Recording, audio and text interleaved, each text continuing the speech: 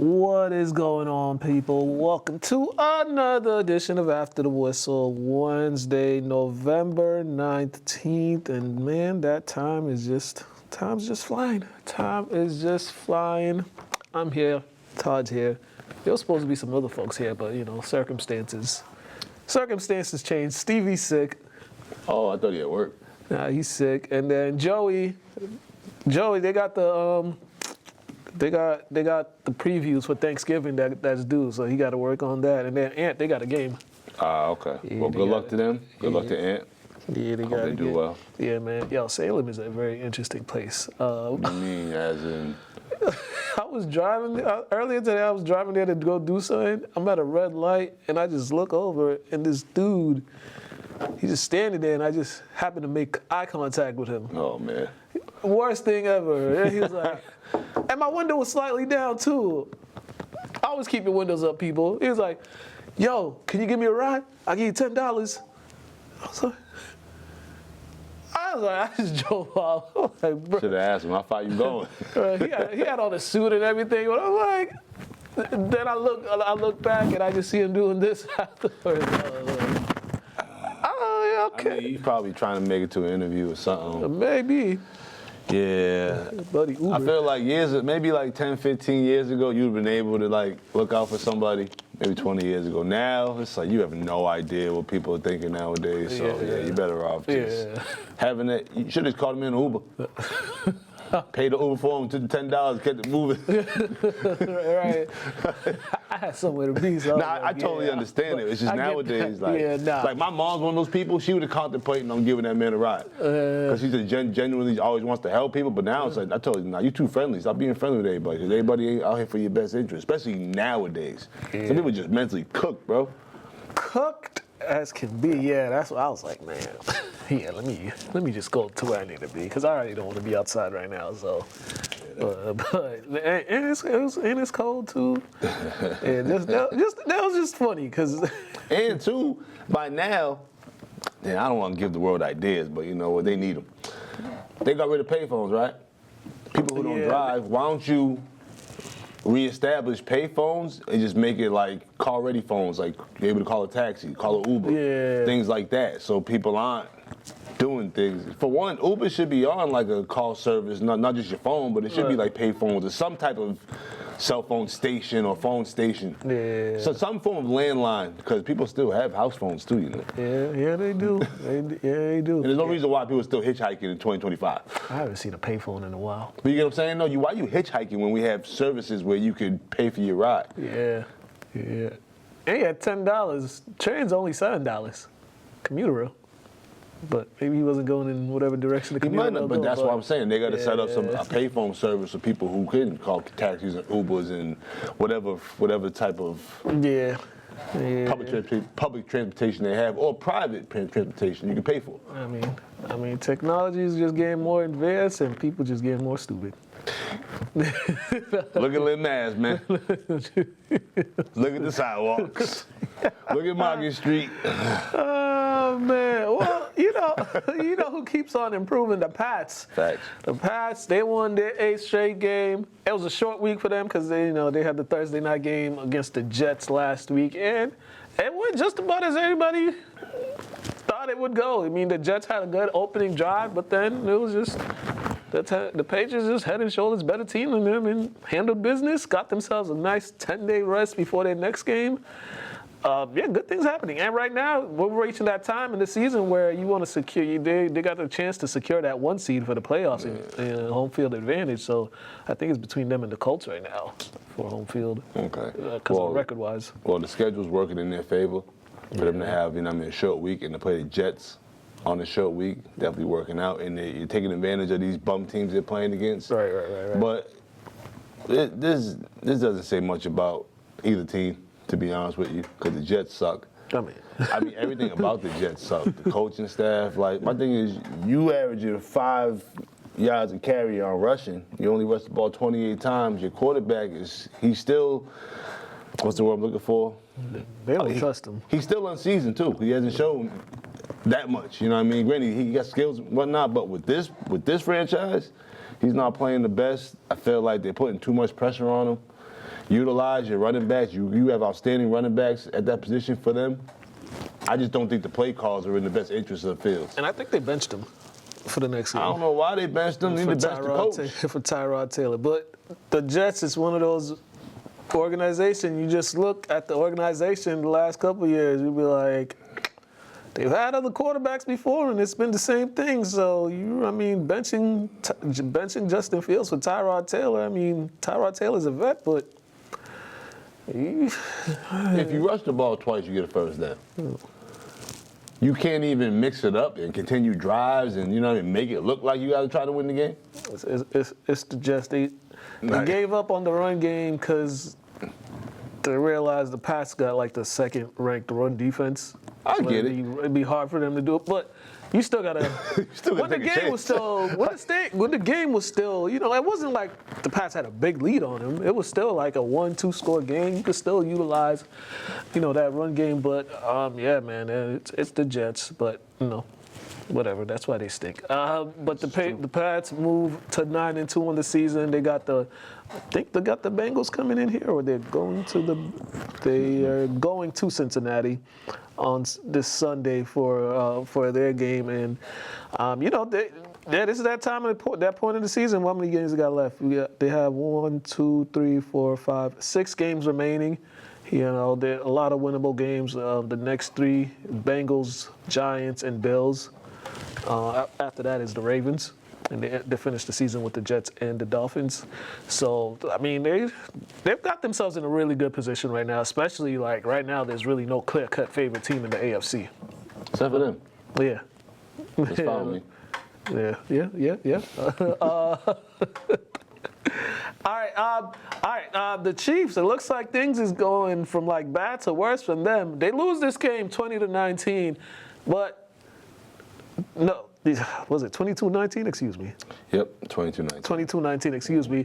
But they could have won this game if their extra point wasn't blocked. They scored a touchdown, the extra point was blocked, and that turned out to be the difference in this game. But this Denver team, they're winning. Defense is playing great. That quarterback at some point, he's gonna have to make some plays at some point because you can't continually. In the playoffs, he's going to have to make some plays or something. Man, when you have 295 yards, 8 yards per pass, 0 in-toes, and 0 touchdowns, 9 times out of 10, you are not beating Mahomes. Right. As you see, I didn't say 1 touchdown thrown. Mm-hmm. That's crazy to me. You got all them yards and you ain't throw 1 touchdown. But I'll be honest, neither team played well offensively. Neither team played well. The Chiefs, it seems like some of the issues they've had in the past are starting to be magnetized. They're starting to really be exposed. And one thing they had the past couple of years, the issue was consistently scoring every quarter. They ain't relying too much on Mahomes. And the offensive line too. Yeah, that too. The offensive line. And it's hard to rely on your quarterback if your offensive line is bad. You're not giving them enough time to do anything. Yeah, and you can see now, teams are just play physical against their receivers now. Kelsey's older, so he's not gonna. He could do things in spurts, but he can't continually for 4 quarters do the stuff that he normally does. And then, yeah, man, it's the offense right now. They're just struggling to get in the end zone. That was the biggest thing. They were struggling to get in the end zone. A lot of field goals in this game. Man, were there. It was a game of field goals. Right, so it's one of those things Steve Young always says, the more you kick field goals, the higher your chances are of losing games. Think about it. Them teams combined in the red zone with 2 for 9. Yeah. That is not just a fun football game to watch. Yeah, and for Denver, I think J.K. Dobbins, their running back, he got hurt. I think he might be done for the season, and he's top 10 in the league in rushing. So, Denver's recipe is we're gonna play solid defense. Well, they try to run the ball right now because now that their leading rush is gone, they're gonna figure that out. I'm gonna say this here, I'm not the biggest Bo Nix guy, so man. This dude's gonna cost you a game at some point, and might be in the playoffs because he's I don't know. I think Sean Payton is trying to make him something that he's not, which is this all caliber football player instead of making him a game manager. because that's what he is. He's a game manager. Also, too, both these teams need to tighten up with their penalties, especially them, especially the Broncos. Yeah. 147 yards in penalties, bro. That's crazy. Yeah, that is. So with Denver being 9-2, the Colts 8-2, and the Patriots 9-2. So those are the three teams fighting for that number one overall seed. And Denver and the Pats do not play each other this season. So, you know. That's just a weird combination of teams. This is like 2000 early. It's like the early 2000s all over Back with again. Terrell Davis who's running the ball. Yeah. That's dope. Philly just keeps on winning. Detroit just keeps going for fourth down. I was watching this game until I fell asleep. I fell asleep in like the fourth quarter after like another fourth down conversion that Philly tried and it didn't work out. And it's like sometimes it's all right to kick a field goal, or sometimes it's all right to punt it. But Detroit is showing they're going to be aggressive, but Philly's defense were more aggressive, and they just made all those fourth down stops. It just looked like a little brother fighting against their big brother. No matter what Detroit was trying to do, they just couldn't figure it out. Bro. Philly stopped them, what, 4 drives in a row? Yeah, I'm looking. And then the only bright spot they had was Gibbs. I ain't gonna lie, I'm a fan of him. Yeah. That boy good. 0 for 5 on fourth down. Yeah. I'm not even talking about that. I'm talking about they just stopped them like 4 drives in a row. Yeah. You know what I mean? And then, let alone the fourth down stuff they was trying to do. But there was nothing they could do. And the whole game when you was watching it, you're like, all right, it seems like Detroit might have a chance because Philly wasn't scoring at all. Right. Based on all the stops they were getting. So I'm like, Philly's kind of ass in this game. Yeah. But then Detroit, all they had was Gibbs. Yeah, they were definitely still in the game, and some of those decisions, like some of those, I think there was one on the goal line where they went for it. I think it was earlier in the game they went for it in the first half. They went for it in the goal line on fourth down, which got stopped. I think early you don't go for it in the goal line early on. Like, yeah, you trust your offense, but sometimes you got to take the points. You got to take the points because down the stretch that'll play a big part. But this game was weird. It was weird. And then you're looking at Philly's offense, and it's just like, this isn't the same offense as last year. Like the explosive plays aren't there. It's like, and also Saquon finally had like a good amount of carries, but it wasn't effective. He didn't have no like big runs or anything like that. So I don't know. It's Philly. And they still out there tush pushing. Like, it's cool, but when it starts getting in the way of, like, your all-pro guys, that's when it's like, all right, like, come on. Saquon should be given second, third chances on trying to get a touchdown in the red zone compared to he don't get it one time, now you're going to tush push. Right. It's like, come on. Yeah, there's incentives there for him, especially if he gets a certain amount of touchdowns, you messing with the man's money, yeah. I think that's corny to me. I'd be highly annoyed if I was a running back. You get all the way down here, now we go. Let the QB get the QB. He gets the praise. He automatically gets the praise. He's a QB. Right. So it's like, how else the other guys gonna make their bread?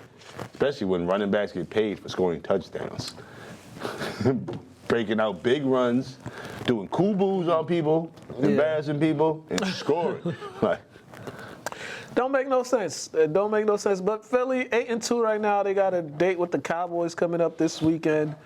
I think it is, and I think that game's in Philly. Let me double check that.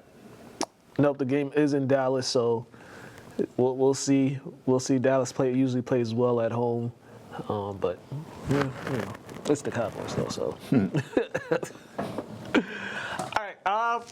Okay, Cleveland. They pushed the door in the game due to Dylan Gabriel having a concussion, but man, I was looking at the stats, and I didn't watch the game, but I was like, yo, you just threw him in there. Like, I think it was the second half the concussion happened, and I was like, yo, what was the game plan y'all had in there? You just gonna had him drop back and throw every time? Like, I don't think there really was one. I don't think they played on having Dylan Gabriel get injured. Right. I don't think they even thought about what they was gonna have to deal with when Flacco got traded away. Right. They didn't think any of this through, and now they're showing how trash of a franchise they are. Because now, think about it. The critiques are coming crazy.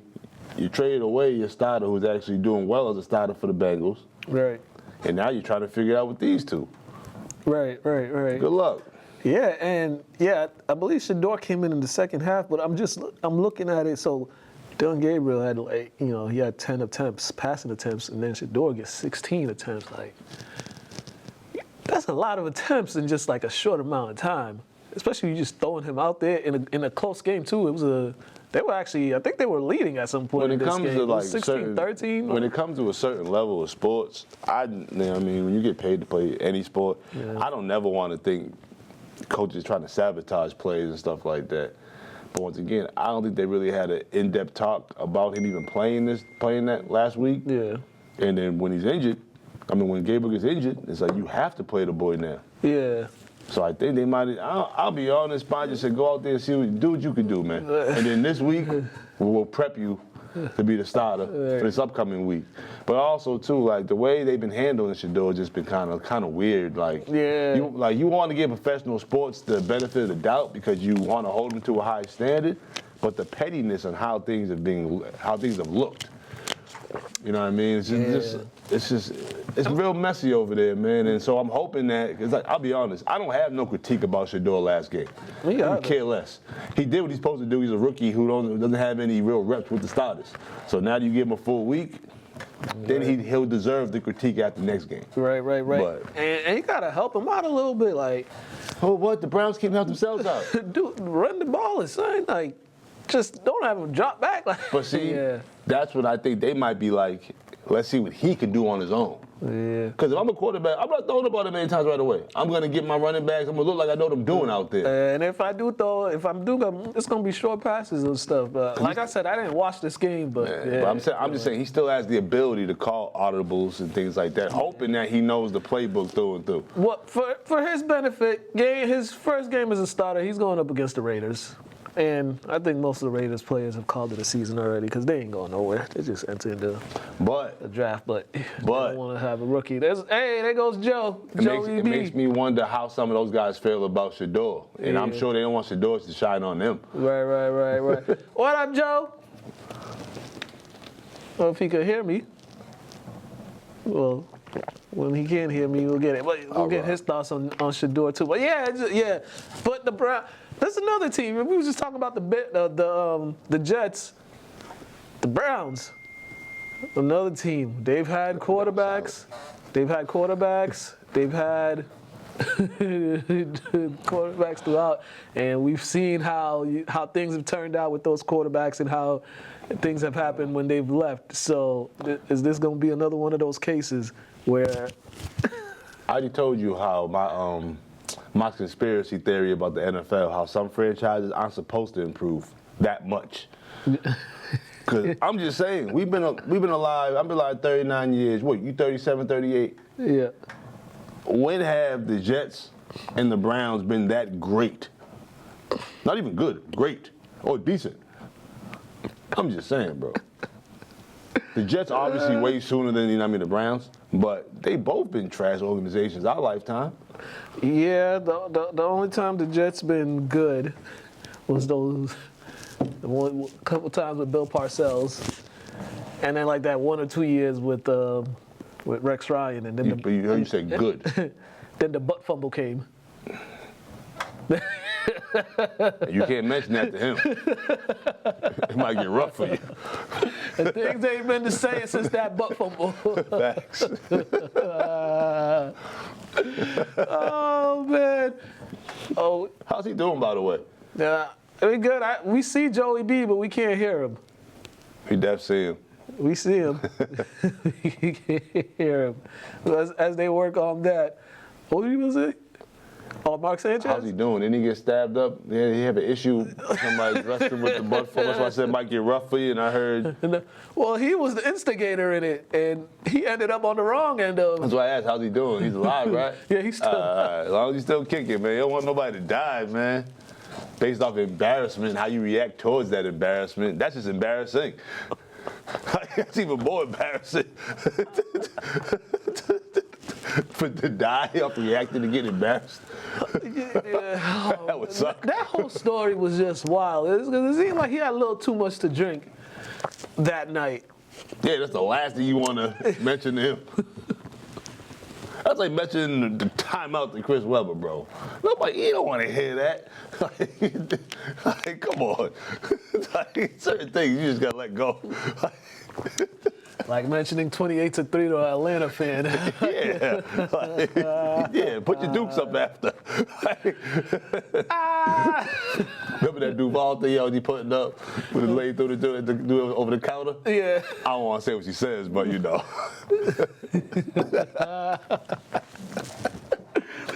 Oh, man. Paige, are we still working on the audio over there? Yep. All right. Well, while Paige is working on the audio, we're going to go on to our next thing. Oh, man. Yo, the Rams actually might be a Super Bowl team. They might be in the Super Bowl. They just won a Super Bowl, like, what, 5 years ago? 4? Something like that. 3? 4. 3 or 4? I don't think it was 5, but 3, 4 years ago. One of those 4, yeah, right. They're not that removed from being a contender. Around that time. And Yes. Can you hear me? Oh, Yeah, there we you got go. you, brother. Joey B. All right. What's going on? Hey, what's going on, guys? Hey, how you doing, man? Sorry. Nah, you good, bro. Technologically deficient, I guess. I don't know, man. I was trying to get you on my computer, but hey, man, thanks for having me in. I'm always having Mook come up to Lowell, soon to be chums for the huddle, but thanks for having me, guys. And hey, Todd, I just wanted to make sure I let everybody know right here. All right, make sure if you guys haven't checked this out, man, a lot of great quotes, man. And I think we all go through some things in our life. Last week was a tough week. Lost somebody in my life. Sorry to hear that. And we got to appreciate the time we have with the people. You know what I mean? So Definitely. Most def. Before we go to this Rams discussion, Joey B, you just need your thoughts on, Shador getting his first start this weekend against the Las Vegas Raiders. I keep saying Oakland Raiders. It's all right. Yeah, well, I mean, I'll be honest with you. Like, I do believe, man, and I'd love to tell you that I feel like he's getting a fair shot over there, man. But I don't know, man. You're hearing stories about him not getting snaps, and you hear quarterbacks talking about. I mean, how are you going to bring the guy out here when he's not getting reps in practice? I mean, come on, right? I mean, the kid's a talented kid, and if you want him to succeed, put him in a position to succeed. And if they're not doing that, then what are we doing here? I heard Steven, and you guys are talking about the Jets and the Browns being bad. Well, that's a perfect example. I mean, these coaches and these franchises do everything in their power to destroy themselves. Whether it's, draft quarterbacks that rather would get massages than play, or, just getting quarterbacks that, like to butt fumble. You know what I mean? It's kind of crazy, but there's a reason why these teams are where they're at. It's the, what do they say? The fish rots from the head down. Yeah. No. So hopefully this week he gets a good week of practice. But they're playing the Raiders this week, so he probably will have a better showing than he had in that half. I mean, man, how bad is that team, man? I watched them play the Cowboys last night, and I knew Geno's not looking too good, but they're not putting him in position either. A lot of injuries there. Yeah, there's some bad football. I mean, I'm happy to see what we're doing here in New England finally. But, man, there's some bad football in the NFL, isn't there? Yeah, there is. A lot of bad football. But to the Raiders, for the bright thing for them is they're in Vegas. So, they can enjoy the Strip and all the stuff that comes with being in Las Vegas. Yeah. The Rams in a close one with Seattle, they got the win. Sam Darnold went back to seeing ghosts, 4 interceptions, but they still had a chance to win this game. Rams pull it out. These two teams will play each other again at some point this season, but the Rams kind of been the story. Matthew Stafford putting up an MVP season. Their defense is really good, and I think this is one of those teams that we might see in February in the Super Bowl. Only thing I'm gonna say, because Seattle basically gave this game away. I don't know how they were still in it. So my thing is the Rams need to capitalize on these turnovers if they want to make themselves a Super Bowl contender. Yeah. He could have easily lost this game. And there's no reason why. Yeah, four interceptions. This game should have been. That's nuts. Blowout. Yeah, and I think I took the. I don't even know, but yeah, Joe B. I ain't do good this week Your with my picks? picks. I don't know what you had on the picks, man. I know that I kind of just, I'm still kind of hanging in there with Paulie. I don't know how the other guy, how you did, but I'm third place yeah. right now. I'm in third place. I'll tell you what, man. I mean, like, I love Sam Darnold, but man, there are times where he literally like just disintegrates, and it happened in the playoffs last year when he was with the Vikings. And, to this day, obviously, like everybody's talking about J.J. McCarthy and his performance. I truly feel that if Darnold had a better showing in the playoffs, he wouldn't have never left. So I don't know. I think, I thought Seattle was going to win that game. I had Seattle. I had their defense. But you can't lose games for your team. And that's what he did. Rams, credit the Rams, though, man. Rams are playing solid, and they might be the team coming out, man. I don't know. It could be them and the Eagles meeting up, The Eagles' defense is stout, too. Yeah, Wow, how good did they look? Yeah, and in both of the Rams' losses, it was they lost to the Eagles 33-26, but it was a blocked field goal at the end of that game. They had a chance to win the game late in the game, and the field goal got blocked at the end of regulation. And then to the loss to the 49ers was a 26-23 score. So it's, they could easily still be undefeated if certain things happen. Mm-hmm. So, and going down the stretch, if they could win the majority of these games down the stretch, and Philly catches a loss here and there, the Rams could have home field advantage throughout the playoffs. So. That's a team I'm really watching out for. Because right now, I don't know Detroit. I don't know about Detroit going to the Super Bowl right now, just because of the them and this whole fourth down stuff that they continue to do. And to be honest, I had those two teams. I had those two teams making it finally. I had the Bills and the Lions. I don't know what you guys had in the Super Bowl, but I have those two. But I think the Bills are still looking pretty good. But the Lions, those are games they got to try to win. Can get the home field, and I just don't know. They're another team that Jared Goff sometimes, he's spotty at best sometimes. It's frustrating because I really want the Lions to go, but I don't know. Yeah. Well, I was gonna say about the Rams too, though. They've been flying under the radar a lot. We haven't really heard too much about them, so I figure that might be working out in the favor as well. Yeah. And all they do is win, right? Yep. All they do is win. Yep. Yeah, stacking up them wins. All right. All right. Lastly, all right, Jamar Chase, man. Yo, you can't go around spitting on people.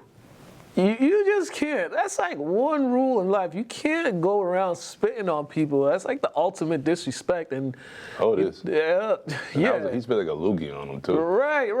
And some people have a lot more composure than others, but spitting, that's really like the thing that'll set somebody off. Like, I mean, that's the only time where like somebody will just see it happen, just turn around and be like, whatever happens after that's whatever. Yeah. Like, cause once again, that's assault. So you're allowed to defend yourself however you feel fit. After somebody spits on you. And you have to be ready for what's coming to. I mean, if you spit on somebody, you're basically telling them, I don't care about your existence whatsoever. Yeah. And I'm ready to deal with whatever comes after this saliva hits your face. Yeah. And then he lied about it too. What is it? What do you guys say? What do you guys say? Like, think about like back in the day playing ball on the courts and wherever. There's certain things that could leave you justifying having people leave the court or the field with their toes up, getting spit on, getting undercut. Mm-hmm. There's certain things that you can talk trash. You can talk trash all you want.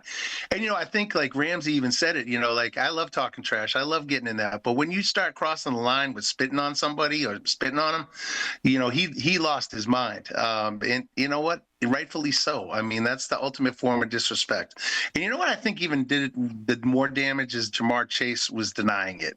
Or he said things like, come on, man. I mean, I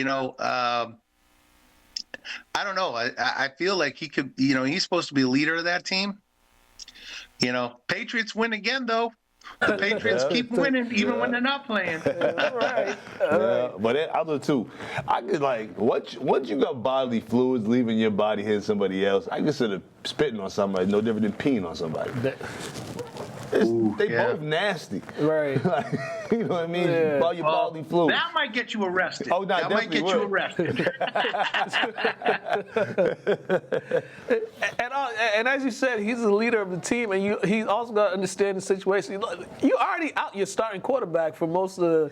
He's been out for a while. There's a chance he's going to come back, but he's been out for a while. You are their best weapon offensively. He packed it up too, bro. Yeah, you can't do stuff like that when you know your team actually needs you to be on the field for production. So, very, very, very immature move by Jamar Chase, and now his team's going to go into this game Sunday without one of their best players. So, I mean, hey, man, that's Some of the teams are packing it up, like Poppy says, they're going to Cancun. I mean, yeah, we reached that point in the season. It's about to be Thanksgiving, and you could already see by the play that some teams have already called it quits or ready for Going to Cancun. ready for the new season. But all right, we move on. Normally, this part of the show we have our interviews and stuff like that, but no interviews today. We're going straight to it. We're going to give y'all some updates. Before we get into like the college football playoffs, did you guys see the Texas A&M, what happened at Texas A&M with that officer bumping the player purposely? Yeah. Because he went out of his way to bump that player because everybody watched the video. They were trying to get out of his way, and he purposely did it. It's like, as an adult, what are you doing? First of all, you're there to protect the players.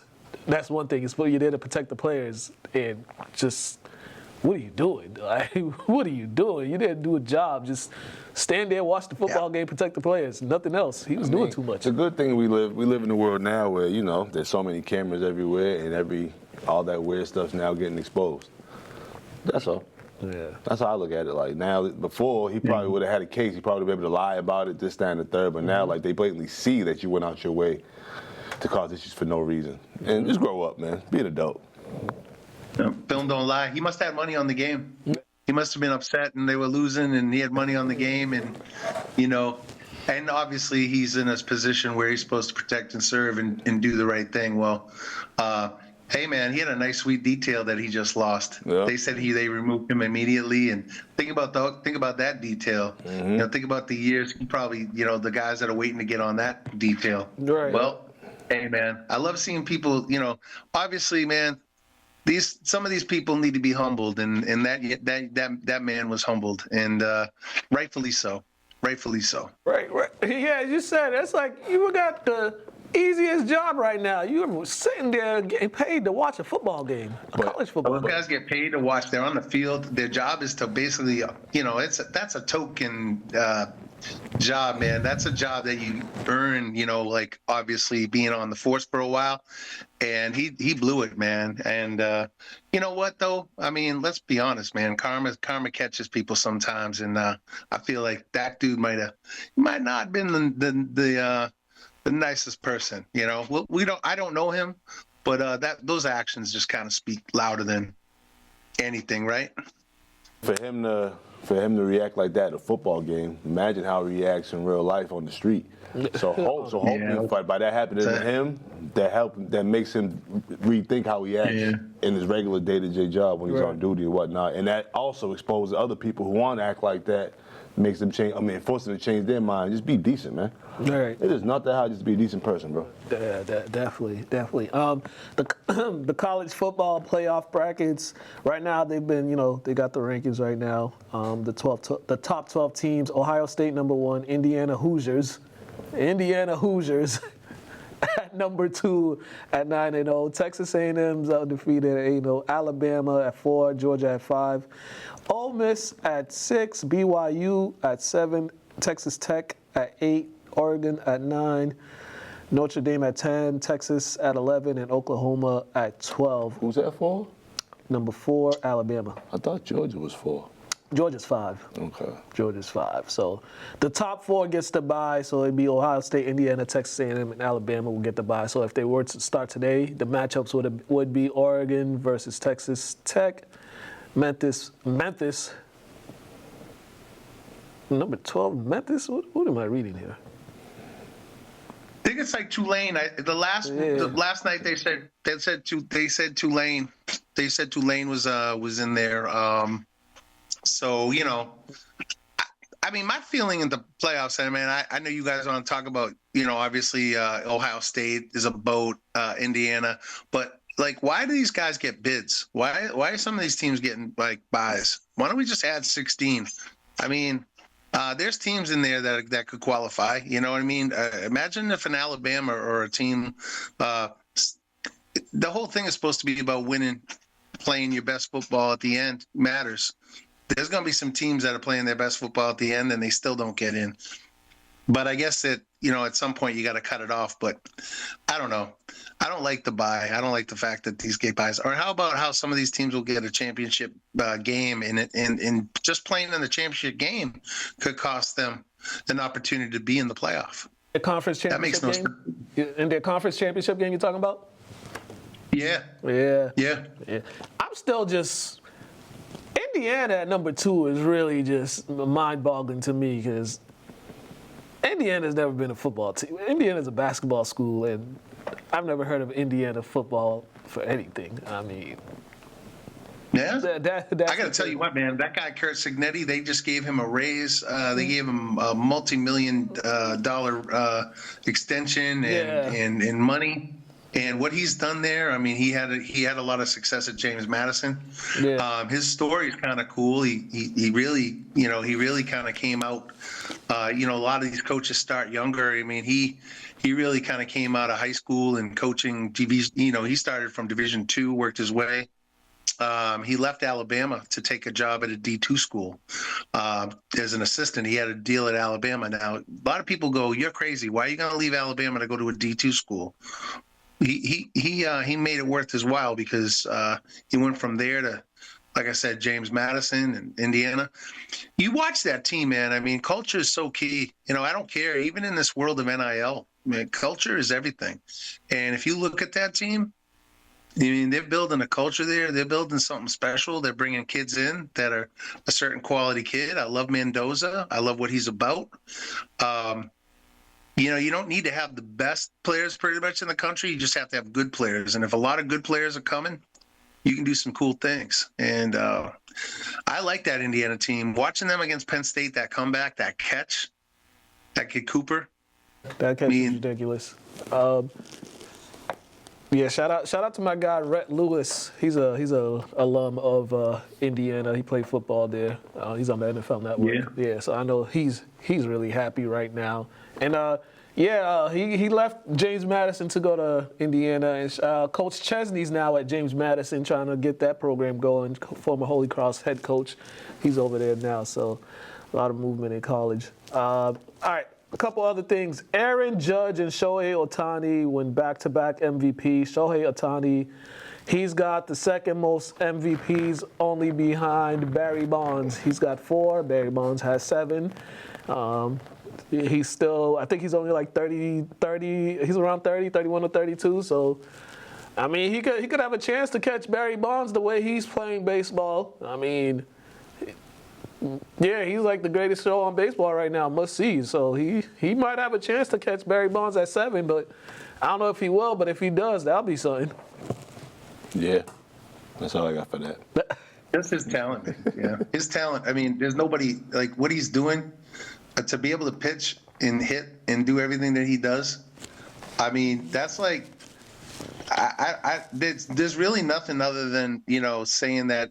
I mean, because you think about some of the best defensive players on the field in football, and it's like a Tom Brady, but also being like an Aaron Donald, at the same time, right? It's like, the impact that he has, it's incredible. You know what I mean? And it's something that we're seeing. And I'm not a huge baseball fan. I love the game. I mean, I support it. And, I'd love to see our Red Sox. I would have loved to see him keep Mookie. Seeing him get a title, everything's earned. But I wish he was here. But to see what he's doing, man, is incredible. Absolutely incredible. I mean, it's like witnessing history, man. Like they'll be asking us, kids will be asking us, how good was that guy? Yeah. He's great. All right, and then some college basketball updates. They had the classic last night at Madison Square Garden. Kentucky lost to Michigan State. Then the Duke beat Kansas. But his last name's Peterson, right? Mm-hmm. Yeah, he didn't play because of hamstring injury. Would like to see him play because that young man could score. And then UConn and BYU at TD Garden, which, man. The fans were out in full force for both teams, especially the UConn fans. The UConn traveled. I mean, granted, it's not that far for the UConn fans, but yeah, they were in TD Garden really deep, man. That was a good game, man. UConn looked like a well-oiled machine, well-seasoned team that's played together, and BYU early in that first half looked like a team that's still trying to figure it out. But Jalen Rose said a good thing. He said BYU got to figure out a way to get DeBonsa to score without just having him go ISO. I was gonna say too, he does a lot of ISO ball. Also too, like I like how he moves. He's herky jerky, but I just feel like that herky jerkiness and hitting bumps like that, he got to be a little more smoother. I just don't like how he's moving right now with certain things. And he's doing. I think I'm doing way too much. Right. So yeah, he got to be able to just get easy buckets like backdoor cuts, catch and shoot, and then he could do his thing. But he's definitely doing too much ISO for him. Yeah, definitely. But it was a good game. I know some people that went there. They enjoyed it. Very, very fun atmosphere. How about that move he put on Caravan? It was kind of a cool isolation where it was the two local guys, and they brought DeBonsa, took Caravan down low, and he went right, and then he used his left hand, showing his ambidex. Just a special player, man.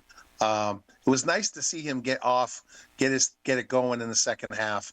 I think the first half you could see there were jitters. He's back home, a lot of pressure, in his mind, obviously, but he's got a lot of family. People came to see him from Brockton in the area. But it was nice to see him put it on, and he's got a bright future, no doubt. And BYU just got another G League guy. I don't know if you heard about that. He's coming in January. They just picked up a kid with this new NIL and the G League kind of looking at it as different. They're going to have another guy come in January. So that team is going to be a very different team come March, especially playing together. So I'd like to see that UConn BYU matchup in March. See how different it's going to be. Well, UConn got another big game tonight. Arizona's coming. They got Arizona coming to town. Arizona, I think they rank like number 4 or 5 or something like that. It's a top 10 matchup tonight on, I think it's on Fox Sports or whatever. That should be a good one. Arizona got that freshman who's a beast. KLP. Yeah. He's a problem. Yeah, he's a presser. But with this UConn team, this is a team. They got plenty of guys that that you got to worry about on this UConn team, and they just picked up another good recruit. I forget his name, but there's that. All right, Pedro, what we got for boxing before we go to these interviews? Well, we have a couple of great fights that happened the last couple of weeks. Here are the highlights. First, we have Virgil Ortiz versus Eric Lubin. This happened on Saturday, November the 8th. And here's the outcome. I mean, I warned you. I mean, I told you guys. He got him on the ropes. Well, he was out on his feet. Yeah. So there it is, man. Virgil Ortiz, 154-pounder champion, and then after he wants to smoke with Boots Ennis, which I love. There he is. That's it. Is Boots gonna take the fight? Oh yeah. Well yeah. He went on the ring and they went against each other with words, and that's what we want. We don't want to wait 5 years down the line. So this is great. And then the other fight has happened last Saturday. Chris Eubank Jr. versus Connor Benn. the second fight, number 2. And this happened in, I believe, Saudi Arabia. So there it is. I mean, they did the job out there in you know, Saudi Arabia, but I don't really care about it. It's not as attractive, you know what I mean? Yeah. Alrighty. And of course, this weekend we have a great mega fights, if you will. There is Benavidez versus Yard, and then the other guys that are there. But the fight that I'm looking for is actually Devin Haney versus Norman Jr. Brian Norman Jr. That should be a great fight. Okay. Alrighty. I mean, any thoughts, guys, about these fights this weekend? Hey, man. Nah. How about you, Joe? I mean, do you watch any boxing? Hey, I was gonna add to you guys, like in Lowell, like I got the Mickey Ward hat. I'm from Lowell, the pride of Lowell, as we call it, the home of the fighter. But this year is going to be special because we got the Golden Gloves every year, right? But this year it's going to be the gloves. And if you haven't come to the Golden Gloves in Lowell, what are you waiting for, man? It's exciting. It's amateur boxing, novice, and then you have obviously the open division. Got to see Shea Wilcox do his thing, and I know he went pro and he's doing his thing. Former Everett football player, his brother Jake. But I wanted to tell you the Nationals is going to be in Lowell too. So you're going to have the obviously the finals to go, but later on in 26, I think like in May, so February the gloves start, and then the Nationals are in Lowell. And Mook, I got some people from the Nationals group, from the gloves, if you ever want them on, they could talk to. I might be up there. Last time I was in Lowell for boxing, it was a good experience. Yeah, I've been getting some pro fights in there lately too. I know recently they had some pro action there, right? Was Ortiz there? Didn't someone from the North Shore fight there recently? I don't know. Or maybe I was thinking some of this. Maybe I'm thinking of somebody else. Yeah, I don't know. Off the top of my head, I can't think. Yeah. Maybe Malik fought up there. I don't know. Maybe Malik fought up there. I don't know. But, all righty. All right, let's get to these interviews. We got St. John's Prep head coach Brian St. Pierre. We got Milne Academy coach Mike Mason. We got Maxwell Parent, Karam McNeil, Damian Payne, and then 2 highlights. And then we're going to come back and wrap this thing up. Coach, I mean, this is what it's all about. When you reach this point of the season, but your guys were able to fight. Your defense was able to get the key stop that you needed. Special teams came over to play, and your running back, Maxwell, what a performance by him today. Yeah, I mean, just a total team effort. I thought, you start with their player, that quarterback. He's special, and we knew that coming in. And I thought our defense played well a lot of the times. It was just tough. It was tough just corralling him, but they got that big stop. I thought the offensive line was unbelievable for us. I thought Maxwell was unreal, obviously. And then that special teams play was huge, too. So it was a 3-phase win. First of all, your quarterback, you just go him going in there. You got your young guy goes down, but you have a senior in there. Just him being a senior, how key was that for him just to be able to control the offense, command the offense, and he making the plays that he needed to make to help the offense keep moving. Yeah, John's poised guy. He's a senior, so he managed it really well. I know he didn't play a ton in the second half because we kind of got in that our heavy package there, and. But, he did what we asked him to do. He moved the team.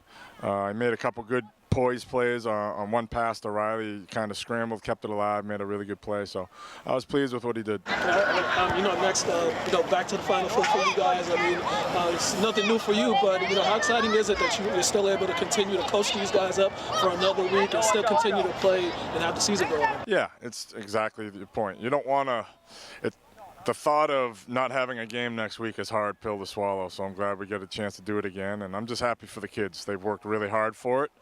They've done everything. They've answered every bell this year, and they're going to have to do it again next week against a great opponent, but it's one we know well. And, we'll worry about that next week. We're going to enjoy this one tonight, and we're proud of the kids for their efforts, and they earned it. All right, Coach, congrats on the win. Thanks, Mook. I appreciate it.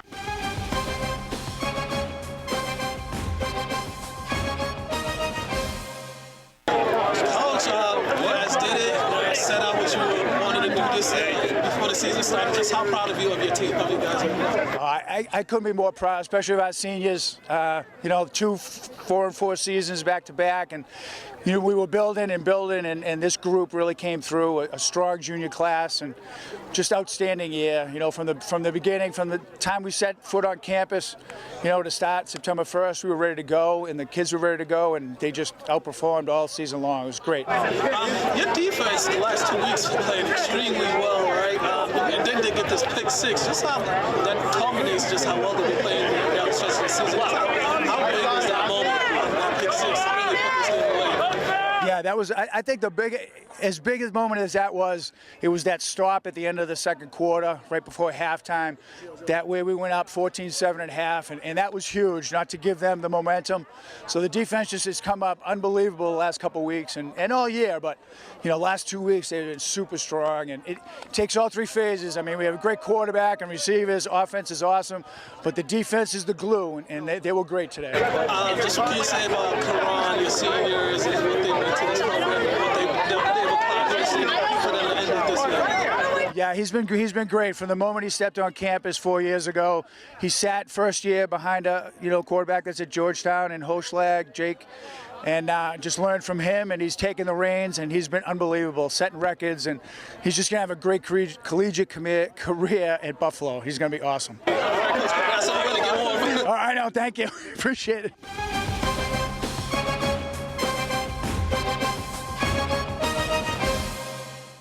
Fellas, first of all, how you guys feeling right now to end your time here like this? Ecstatic, man. It's a blessing, and we worked so hard for this, and I'm just so proud of our guys. We worked for this all season, talked about it since the jump. We wanted to go undefeated, didn't happen. We worked through adversity, and we got the chip at the end of the day. That's all that matters. It seems like these last 2 weeks, it was kind of like the games was kind of slow, but then like you guys picked it up in the second half, both sides of the ball. First, let's talk about the defense. You guys got the biggest play of the game with that pick six when you guys really needed it. That's how important was that? They disrespected us. We didn't let it happen again. Can't make the same mistake twice. We stepped it up, had to work. You just saw the result. 14 points. We strapping everything all game. Come on, your offense, you guys did enough. You guys jumped out early. You guys made the big play. Start the second half, march right down the field. Just how locked in were you guys today? We were so locked in. In practice, our fun vibes that we normally had, we had to be loose but focused, so we still had fun, but we made sure that everything mattered for this week right here, this game right here. It was the biggest play of our lives, biggest game of our lives, so we're all just grateful. We're so proud, and we all trusted in each other, and that's why the scoreboard was the scoreboard. Lastly, just what are you guys going to remember from your time here, ending it like this, and, the growth that you guys have shown and have made as young men as your time here, and then as you guys prepare to move on to college? Definitely going to remember the people. The people make the place, and I really mean that when I say that. If I wasn't with this group of guys, I don't think we would have made it this far. This group, aside from football, they're all wonderful men. They're all great guys, and I think without them being just great people showing up every day, nothing would have been possible. Yeah, I mean, I still got a year left, but all my dogs are leaving. Let's make it a two-peat. How was it just playing with him for the last time? How was it just being his teammate for the last time? We've been playing together since we were 6. This is legendary. You could not write a story better than this one. Ended with a chip. I love it. All right, fellas, congrats on the win. Yes, sir. Thank you. Sir.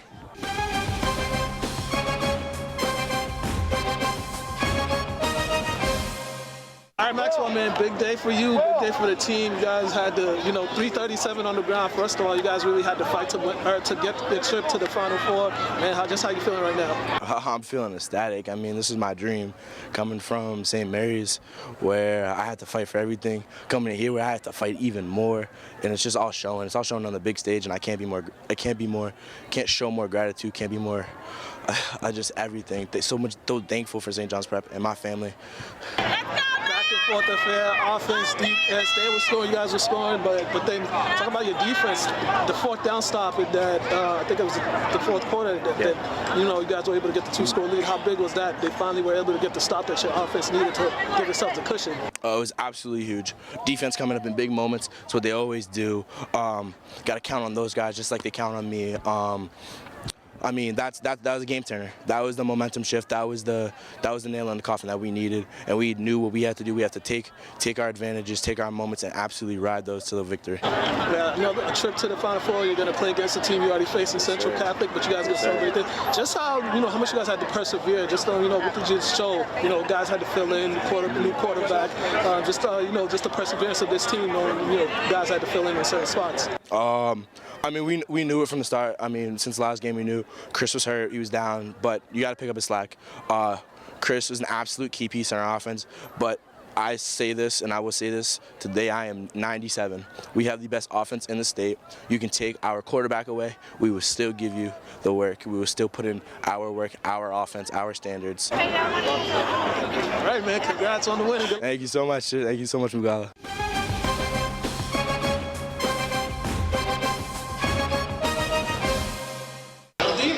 This was a wild game, back and forth. Just walk me through that final possession right there, man. Man, that possession was crazy. We're trying to play good straight-up defense. The refs were calling the game very soft. I'm gonna be honest. We were all trying to play physical. Number 20 on South Camp had a great drive, finessed a great layup, but we didn't give up. Last 10 seconds, Wendy took care of the ball. He got doubled and seen me when I flashed to him, and then from there it's just history. Got downhill. And just finished strong. Yeah, man, this team persevered through this game, man. Some guys came up big. Brady made some big hands layup down there off the inbound pass. What you say about all the guys? I mean, Winston started you guys off in the second half. Fitzgibbons too. Just talk about everybody. Man, I just really want to shout out John Fitzgibbons, my white boy, man. He's coming off a tough game against Newman. He turned his head and made plays for us. And I wasn't playing the best, but John picked up my slack. And Winston, he's just a senior. He got to do it. You got to do what you got to do. Brady Palladino is a great role player. Always keeps his head up, ready to play at all times. Gives us energy on the bench and in practice. Logan Lang's just trying to figure it out. Tyson Robinson is just trying to be stronger, trying to finish through contact. He's playing hard, getting us all our rebounds, securing us possessions offensively and defensively. Rick Costa, senior, trying to figure it out for us. He's doing what he can, playing hard. George Demeter, just another 6'5" role player who plays really, really hard. All these guys are just playing hard, trying to make it work. And me, John, and Winston are just trying, take the scoring load and try to organize and make plays for everybody so we all can look good together. All right, man, congrats on the win. Thank you, thank you.